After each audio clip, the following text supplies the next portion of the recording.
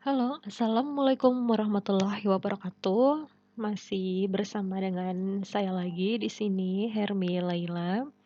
Hmm, akan melanjutkan materi dari pertemuan selanjutnya, dari materi sebelumnya, dalam ukuran penyebaran data. Nah, kalau kemarin kita udah bahas tentang jangkauan dan jangkauan antar kuartil. Nah, pada kesempatan kali ini kita mau membahas tentang simpangan rata-rata.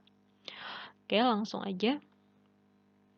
Nah, simpangan rata-rata itu adalah nilai rata-rata simpangan data. Ya, nilai rata-rata simpangan data terhadap nilai rata-ratanya. Maksudnya apa sih gitu kan? Oke, nanti kita jelaskan.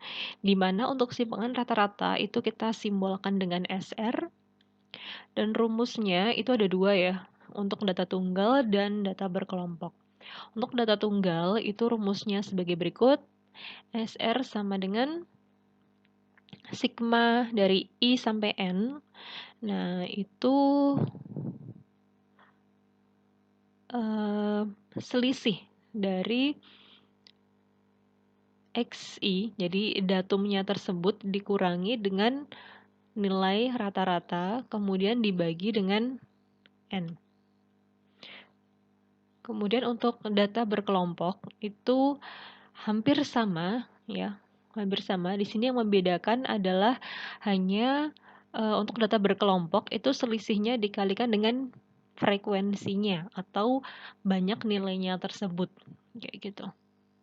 Oke, kemudian ini keterangannya, di mana SR itu adalah simpangan rata-rata, X kemudian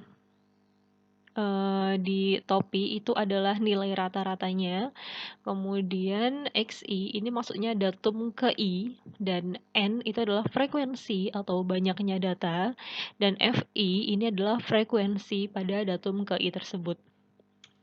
Oke, contohnya, diketahui suatu data 6, 4, 8, 10, 11, 10, 7.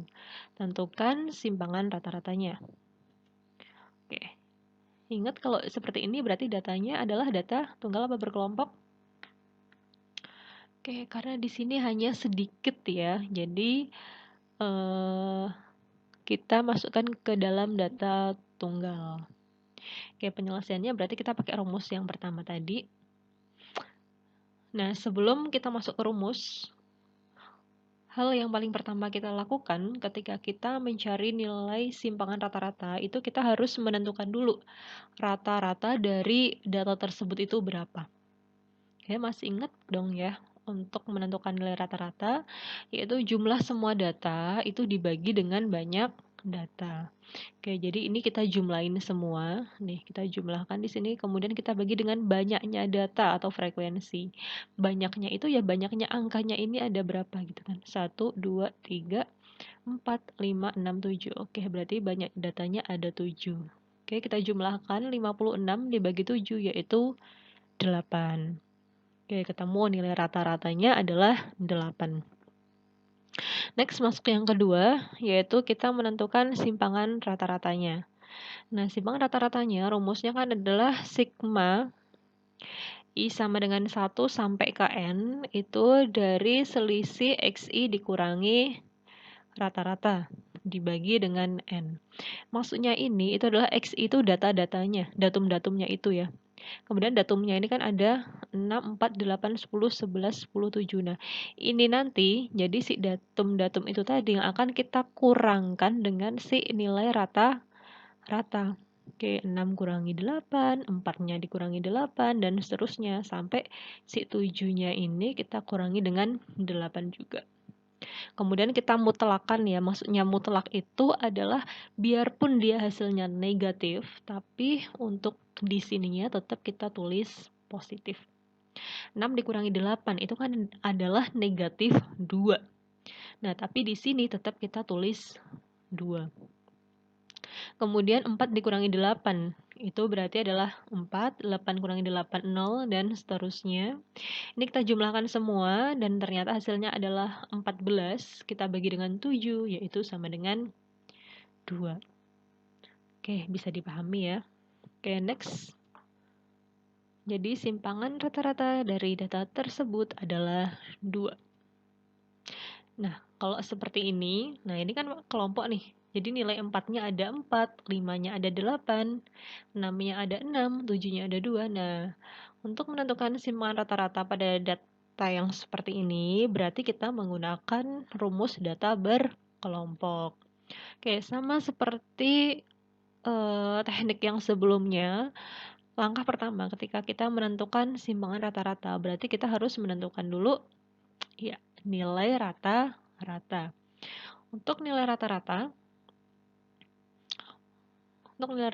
ini kita tuliskan dulu nih. XI-nya nih 4, 5, 6, 7, kemudian F-nya kita tuliskan 4, 8, 6, 2. Kemudian kita kalikan antara XI dengan FI. Oke, kita kalikan 4 kali 4, 16, 5 kali 8, 40, dan seterusnya. And then kita jumlahkan ya FI-nya. Jumlah datanya ternyata ada 20, dan jumlah setelah dikalikan dengan datumnya ini adalah 106. Nah, kemudian kita bikin tabel di sebelahnya, yaitu ada XI dikurangi rata-rata. Oke, XI-nya berapa? XI-nya adalah 4, rata-ratanya berapa? Oke, berarti kita cari nih rata-ratanya. Sorry, ini tadi kan kita udah dapat nih ini sama ini ya. Berarti untuk mencari nilai rata-ratanya tinggal kita bagikan nih. Jumlah semua data kita bagikan 20, yaitu 5,3. Nah, jadi setelah kita dapat 5,3, kita baru menentukan yang ini. XI kurangi rata-rata yaitu 4 dikurangi 5,3. Jadi hasilnya kan min 1,3. Kemudian yang baris kedua, di sini juga sama, 5 kita kurangi dengan rata-ratanya 5,3, hasilnya adalah 0,3. Kemudian yang ketiga, 6 dikurangi 5,3, hasilnya adalah 0,7. 7 dikurangi 5,3, hasilnya adalah 1,7. Oke, di sini kita mutlakan ya, karena yang kita cari adalah mutlaknya, jadi semuanya hasilnya pastiin positif. Nah, di sini ada FI dikalikan dengan selisihnya. Jadi 4. Kebetulan untuk baris yang pertama itu F-nya adalah 4. Kemudian selisihnya di sini adalah 1,3. Jadi kita kalikan 4 kali 1,3, 5,2. Kemudian untuk baris yang kedua, FI juga kita kalikan dengan selisihnya, berarti 8 kita kalikan dengan 0,3, jadi hasilnya adalah 2,4. Oke. Kemudian 6 kita kalikan 0,7, hasilnya 4,2. 2 kita kalikan 1,7, hasilnya 3,4. Nah, dari sini kita jumlahkan lagi. Dan terakhir kita tinggal menentukan simpangan rata-ratanya. Jadi kita bikin tabel sampai tabel perkalian dengan FI-nya. Setelah itu hasil dari yang ini nih. Nih, 15,2 ini kita bagikan dengan frekuensi. Kita bagi dengan 20. Jadi hasilnya adalah 0,78. Jadi untuk simpangan rata-rata dari data ini hasilnya adalah 0,78. Oke. Ya, saya harap di sini kalian semua udah paham tentang apa itu simpangan rata-rata dan cara penyelesaiannya. Semoga pelajaran kali ini bermanfaat. Wassalamualaikum warahmatullahi wabarakatuh.